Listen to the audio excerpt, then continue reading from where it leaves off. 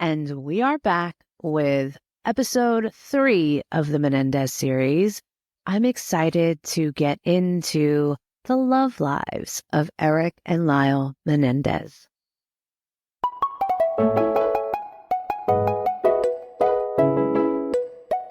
I'm your host, Christi Chanelle, and this is the Love You Miss You Bye podcast.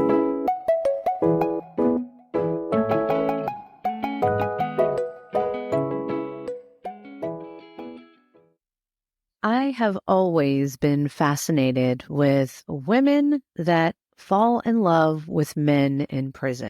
I think I'm fascinated by it because I don't really understand it. I had an ex-husband that was in prison. I looked at my own life and saw what the positive things were about being with a man in prison. What was the attraction? Not a whole hell of a lot for me anyway. Feel free to debate me in the comments. I'll listen. These are just my views. And it's coming from somebody that's actually had to do it. I think it holds a little bit of merit.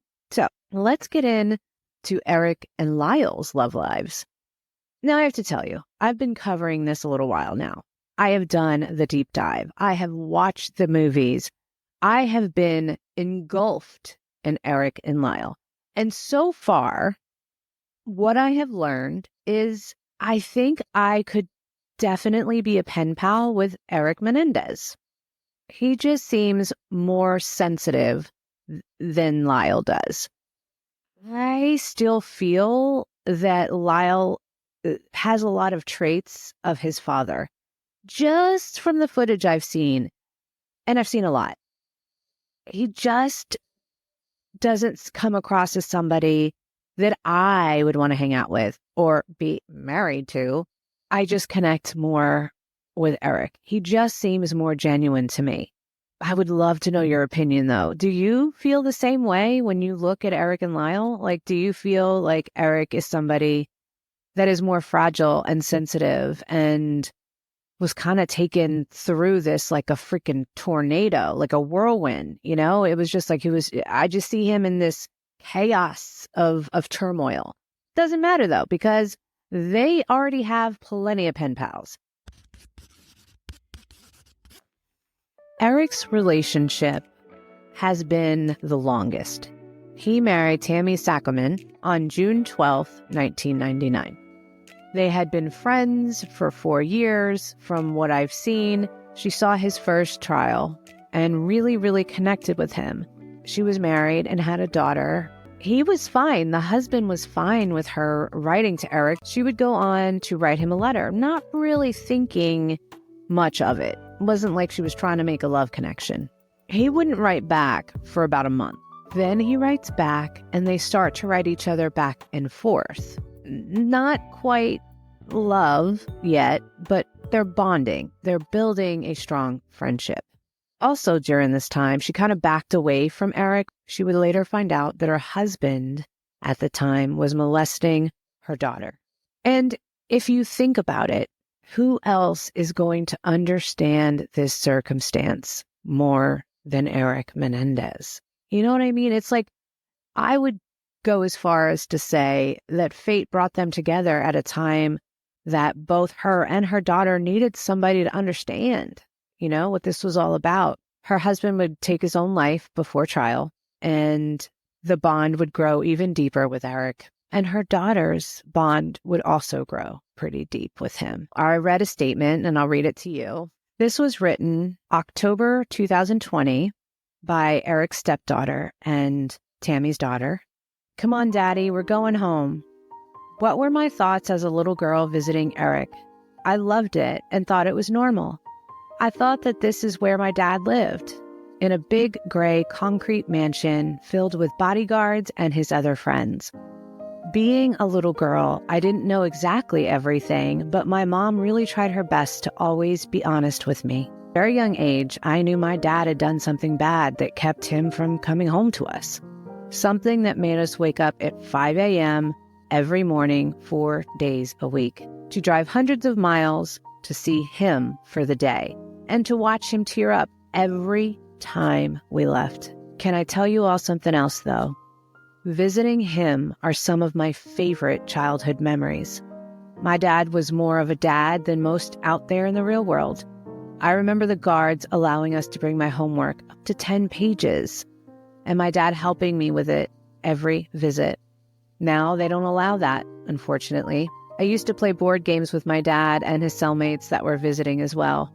Back then, you could talk to other inmates that weren't in the visiting room. I remember at Pleasant Valley, we had this outdoor area with concrete tables surrounding grass, and my dad would get all the other guys together and their daughters, and we would all play football or soccer, card games, etc. Things were a lot different back then for inmates compared to now. So as you can see from her, she has no regrets. She loved her childhood. She bonded with him, and he shows that he really, really loves her and Tammi. This is one of the success stories at this point. I am truly able to look at this as a success story. It was good for the child. It was good for the mother. I can see how Tammi was okay with this, because she would later move from where she lived to California so that she could visit him 4 times a week. They were never intimate. Mm-hmm. You could only hold hands, and you can kiss when you go in and you can kiss when you leave. Mm-hmm. But other than that, that's it. That's it. No conjugal visits. So she didn't find that part was that essential to their relationship. And honestly, I find it to be the purest way to bond with somebody. So I don't knock her for that. When I saw some of the interviews that she did and her little girl's in the back seat as she's driving to the prison, I don't know if I could do that. I wouldn't want my son to have to go to the prison to see him. On some points, it would be positive. Like, this is what happens when you're bad. This is what happens if you don't follow the law. So it's a good lesson, but he can learn that lesson without having to physically go there. I don't know. But watching the little girl go and do that, I don't know. I had mixed emotions about it. And my emotions are not right or wrong. They're just mine. So I'm glad it turned out good. But I don't know that I would recommend it to the masses. I wouldn't recommend taking your 6-year-old daughter to prison to meet a guy that you met after he murdered his parents. It just would not be something I would recommend. At the same time, it worked for them. So every case is different. Every situation is different. We look at cases and we're seeing it from the outside perspective and the outcome, the joy. Like, they never thought they were getting out. Like, she was married to a man that she never thought was getting out. She took a chance. And when I listened to her interview, she says, I married him, yes, because I loved him, but also because wives have more rights to learn about their husbands and to be involved with the things that happen to them. And she wanted to be. So that was a reason. She also said, which caught me a little differently, I was in love with him then, and I'm in love with him now. It was almost an afterthought in her statement. And then she says, he's gone through a lot. I'm paraphrasing. That takes its toll on a person. But I know deep down he's a good person, which tells me they've gone through some ups and downs and maybe not totally in love anymore, but more of best friends, which would be obvious because they don't have an intimate connection. She also lives in Vegas, and I believe he's still in California. So she did move away from him and has her own business there. I'm curious to see why she did that. I don't have the answer to that question. She does have a book that she wrote in 2005. They Said We'd Never Make It. I have not read this book because it's not on Audible, and you already know I only read books by listening to them. I just don't sit and read books. So if you've read it, I'd love to hear about it. Please let me know. Send me a text message. It's right there in the show notes. It says send text, and I will get the message. So I'd love to hear it. Do you like it? Do you recommend it? Should I spend the time reading a book instead of waiting for it to come out on Audible, which it probably won't because that was in 2005. They've been together forever. Now, I also saw footage of Tammi walking in the grocery store because he's allowed to get packages 4 times a year that she could send him. And she's walking through the store and she's talking to Eric. Do you like this type? Do you like this flavor? Should I get this? And all very sweet and sincere, but she's paying for that. That's her paying for it. She's paying for all these phone calls. It's a lot of freaking money. With my ex, I was always having to put more money on the phone. I was always having to help with commissary. It's important for them to have these things. It's survival to have these things. You can use it as money in there. But I wasn't able to fund it. That wasn't me. I wasn't that person. And that is why I would be so resentful that I had to pay for this, that you're making me pay for this. Like, it pissed me off. But because I had his son, I did. But I'd never do it again. I'm not that girl. I would never do it again. And you know, I talk about this in the Wade Wilson video, the Wade Wilson episode that I do. Kristen, listen, we're going to become attached to each other for real. I kind of like, I like your swag. I like your attitude. Like, I feel you. Like, I kind of like, you know how sometimes you connect to people like through a vibe? You know what I'm saying? Yes. Like, about somebody? Yeah, I can feel What do you mean? I connected through you through your picture. I was like, I need to get a hold of this guy right now. Straight up. Like, yeah. I got 5 fucking new requests on my kiosk right now, and they're all from fucking, which I'm not gonna, I'm not gonna accept, but I figured they were gonna start coming in, you know what I mean? But I'm not gonna accept that shit. I already got one. Okay, just accept them. Get what you can when you're in there. What the hell? Nah. Should I? I would. What the fuck? Just go ahead. What can you do? What can you do when you're in there? What should I get from them? Tell me how to hustle them. What should I do? You tell me. Tell them to fucking put money on your book. Give your homegirl Kristen some money. And I'll link it here at the end of this video in case you want to watch it. This guy is sitting there and he's telling these women and men that he's in love with them and they're spending all their money on him. And you hear them going, well, I don't get paid yet. I get paid next week. And it's just such a fucking game to him. And I'm not saying that's what's happening with Eric or Lyle, but it was really, really nauseating to hear Wade Wilson playing all these people for their money. Can you imagine how much money she has spent in 25 years? A lot of freaking money. And that's probably why she wrote the book. He was probably like, here's a way that you can make some money that will help support what's going on, which I respect. You know, he allowed her to put pictures in there and talk about it because ultimately it was going to help pay for him being there. On the Tammi and Eric relationship, I am really rooting for them to stay together. I hope it works out. I really do. And I'll get more into the after prison possibility after I talk about Lyle. Let's flip it. Let's talk about Lyle Menendez and his relationships. Lyle soon fell in love with Anna Erickson, who he met as a pen pal. But who is she? He'd talk to me at work, and then when I was leaving, he'd call the cell phone with someone. He couldn't call that collect. And then we'd sit and have a conversation while I was driving. I didn't know LA very well. And he'd say, well, if you go down Figueroa, and he'd talk me through where I was driving. And he was just always around. Then when I'd get home, he'd hang up and he'd call my regular line, and we'd sit and spend the evening together. And then if I was going to go grocery shopping, we'd call my cell phone, and I'd be wandering down the aisles, and he'd say, what do you see? Oh, squirt, I haven't thought about that in years. You know, it's great. Any telephone sex? You bet. Anna Erickson is a former model and salon receptionist from Chicago. Her parents divorced when Erickson was 9, prompting her to move to Colorado with her mother. She began modeling at age 14, and I will say she's gorgeous, absolutely stunning. Blonde, long hair like Goldilocks, and just a beautiful face. She was really, really a stunning woman. Eventually, Anna returned to Colorado in 1987, where she began working as a receptionist for a salon called Sheer Productions. Sheer Productions owner, Jeanette Lombardi, described Erickson as an intelligent and energetic young woman, a very compassionate gal who never found the right guy. Listen, neither have I. I can relate to that. They took advantage of her because she was such a caring girl, said Lombardi. Erickson saw Lyle on TV during his first trial, where she decided to write him a letter after noticing the lack of attention Lyle was getting as opposed to his brother Eric. She recalled her decision to reach out to Lyle, saying, I was watching the lawyers thanking people for all those letters of support Eric got, and I thought to myself, what about Lyle? Anna went on to write the Menendez brother a letter encouraging him to hang tough. Lyle wrote back, and their exchange eventually blossomed into a relationship.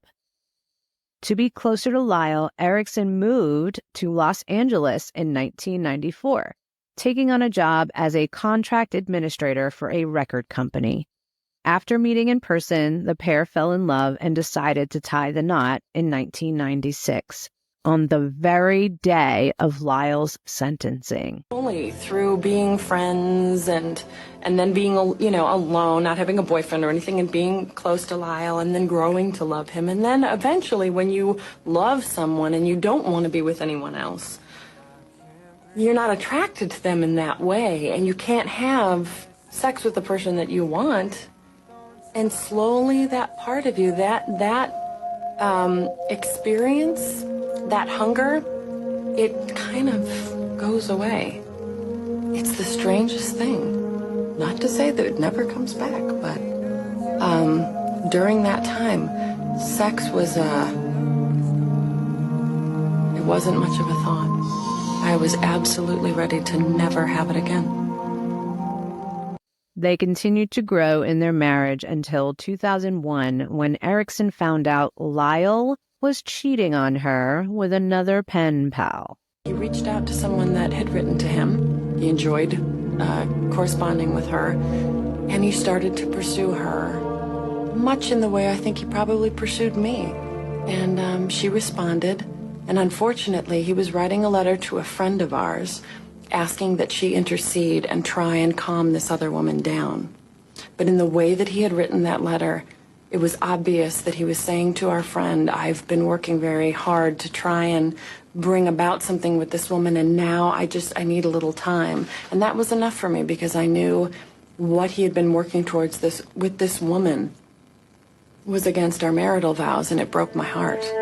And that's unfortunate, but everyone has said to me that knew us as a couple, can't you forgive that? Erickson decided to divorce Lyle shortly after discovering Lyle's secret lover. Since their divorce, there have been no reports on Erickson's current whereabouts. Since Lyle's divorce from Anna, he remarried yet another pen pal, Rebecca Sneed, in 2003. Rebecca Sneed was a magazine journalist who wrote to Lyle Menendez in prison way before they married. In fact, the couple became pen pals 10 years before they tied the knot, and they officially married in November 2003. Rebecca keeps out of the spotlight, but she visits Lyle Menendez weekly in prison. Talking to People in 2017, Lyle said, "Our interaction tends to be very free of distractions, and we probably have more intimate conversations than most married spouses do, who are distracted by their life events," which I've said, that is the reason that this can work so well, is because you're not distracted. You have to spend time talking to each other. We try to talk on the phone every day, sometimes several times a day. Discussing his marriage further, Lyle added, "I have a very steady, involved marriage that helps sustain me." When you're here, your family suffers with you. Yes. They suffer from that absence and from worrying about you. And it's no different with my wife, as well as my extended family. So they've been really brave and strong and supportive. She's been tremendous. She's from my hometown in New Jersey. She's a lawyer? She is. Not in criminal cases and business cases, right? Or something. Do not let your wife handle your appeal. No. No, that's not a good idea, right? It sounds cheap, but probably won't work out too well. She's tremendous and put herself through law school. Impressive woman. You have to keep love in your life. You have to stay, because it's, you're surrounded by hard conditions here, and a suppressive environment. So you just try to stay connected to something softer. He ended by saying, "People are judgmental, and she has to put up with a lot. But she has the courage to deal with the obstacles. It would be easier to leave, but I'm profoundly grateful that she doesn't." I can see that they've also been married a very, very long time. These two relationships have really sustained them while they're in prison. I mean, it's lonely, it's cold, it's masculine. It's a lot of testosterone all around you. And having that soft place to land and somebody to just talk to you and tell you what they're seeing outside and bring life to you is so powerful and significant. And I can see why these relationships would last, because both sides need something out of the relationship. It makes sense. It makes so much sense. The fact that these relationships have lasted so long is a testament to them. And I'm happy that they were able to find such peace when their lives have been such turmoil. With that said, it looks like they're going to be released, and maybe before January. This is coming. I will talk about this in part 4 of the Menendez series, but for now, I just bring it up because can you imagine how their lives are going to change? Will these relationships be able to sustain the release of prison? Because when you've been with somebody that long, you're used to your patterns, you're used to your predictability, you're used to your life this way. There is no sleeping in the same bed. There is no leaving the toilet seat up. It's true life with true problems and true reality. Will these relationships be able to handle that? I'm not rooting for anybody's demise. I want them both to be successful. I want them both to make it. I have my own opinion about whether both of these relationships will actually make it. I don't know. I did go and just watch some stories where women married people in prison and then they get out, and what happens? They don't seem to make it. The odds are not in their favor because the whole reason their relationship was there to begin with is gone. They don't need each other as badly as they did while they were in prison. Now, maybe Tammi and Eric's relationship will be different. I mean, they seem to be really grounded and bonded. I think that there's a chance. I don't know. I feel like Eric and Tammi have a better shot, just from my opinion on the outside, than Lyle and Rebecca. Just a gut feeling, but I guess we're going to see. I hope when they get out that they realize what these women have sacrificed to be with them, and that they love them, and that they cherish them, and that these relationships grow to be amazing. Because honestly, both Lyle and Eric deserve that. They really do. Yes, they killed their parents, and I am not diminishing what they did there. But I feel like they've never really had a life outside of prison because their childhood was a prison. I'm so interested to hear your opinions on this. Please don't let me down. Put your stuff in the comments and let me know what your feelings are. I have no doubt that you will, because everybody's got an opinion on the Menendez brothers. So next Monday, I am not going to do part 4. I'm going to save that. I feel like stuff is coming out every week. Want to be sure I catch all the latest information when I relay it to you. But I feel like it's getting closer and closer to them being released. I know, this is huge. As I learn more information, I will share them in my short video clips on my YouTube page or on TikTok. All right, talk to you next Monday. Love you, miss you, bye.